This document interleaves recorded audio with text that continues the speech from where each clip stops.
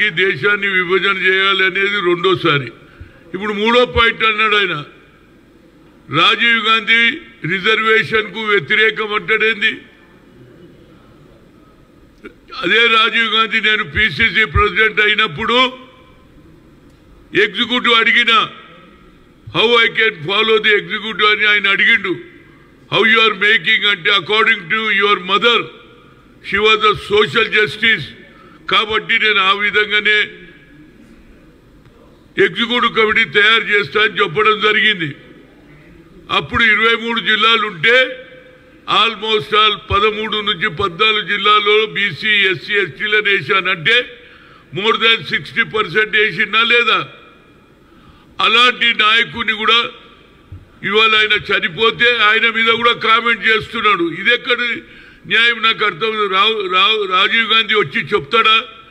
చనిపోయిన ఆయన మీద చెప్తా. అయినా నేను నిన్నే అడుగుతున్నా, నేను ఓబీసీ ఎంపీస్ కన్వీనర్ గా 3 సార్లు కలిసిన, 3 సార్లు ఒకటే అడిగినా క్యాస్ట్ వైజ్ సెన్సర్ చేయి, అదేవిధంగా మా జనాభా ప్రాతిపదికంగా హైయెస్ట్ మెజార్టీ ఉంది, మాకు సెపరేట్ మినిస్ట్రీ ఇవన్నా 2 చేయలే.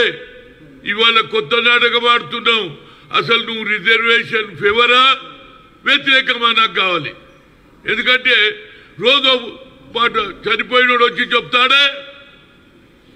రాజీవ్ గాంధీని కూడా ఆయన వాడుకోవడానికి ప్రయత్నం చేసి చనిపోయిన వచ్చి రిప్లై ఇస్తాడా? ఏమిటి నాకు అర్థం కాదు. బీజేపీ వాళ్ళది అసలు వాళ్ళది అర్థమే అయితే లేదు. వాళ్ళు రిజర్వేషన్ కు ఫేవరా వ్యతిరేకమా? నరేంద్ర మోడీ చెప్పాలి. రాహుల్ గాంధీ ఏమంటున్నాడు? కింది స్థాయిలో మెజార్టీ పాపులేషన్ ఉన్నటువంటి 90% కు అన్యాయం జరుగుతుంది, 10% ఉన్న వాళ్ళు ఎంజాయ్ చేస్తున్నారు కాబట్టి కులగన జరగాలి. ఇది ఎక్స్రే. కింది స్థాయిలో వాళ్ళ స్థితిగతులు ఎట్లున్నాయని తెలుసుకోవడానికి ఆయన ఒక ప్రయత్నం చేస్తుంటే దానికి ఒక ఏది అనురాగ్ ఠాకూర్ ఏమంటాడు? నీ కులమే తెలియదు, నువ్వు కులగాని ఎట్లా చేస్తావంటే ఆయన ఏమన్నాడు? We come to the power will conduct caste wise census అన్నాడా లేదా? పార్లమెంట్లో బిల్లు పెడతారా లేదా? అది కమిట్మెంట్ మాది. ఇందిరాగాంధీ భూ సంస్కరణ అమలు చేసింది, దున్నేవాడికే భూమి ఇచ్చింది, బ్యాంకు నేషనలైజ్ చేసిన ఆ కుటుంబాన్ని పట్టుకొని ఇవాళ వాళ్ళకి ఏం దోస్తలేదు. ఎంతసేపటికి ఈ రిజర్వేషన్లనే మాట్లాడుతున్నాడు.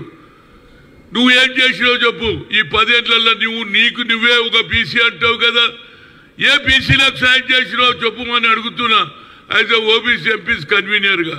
ఇదెక్కడ న్యాయం అండి? చనిపోయిన పేరెత్తుతాడు. రాజీవ్ గాంధీ వ్యతిరేకం ఏది రిజర్వేషన్ కు వ్యతిరేకం అంటాడేది? ఎప్పుడు అన్నాడు రా బాబు? నాకైతే తెలియదు. నేను పీసీసీ ఉన్నప్పుడు ఆయననే అన్నాడు సోషల్ జస్టిస్ చేయమన్నాడు. పోంగానే తయారు చేస్తే 5 నిమిషాలలో సంతకం చేసిండు. ఒక్కొక్క ఎగ్జిక్యూటివ్ 6 నెలలు, ఏడాది అవుతుంది. అలాంటిది నా మీద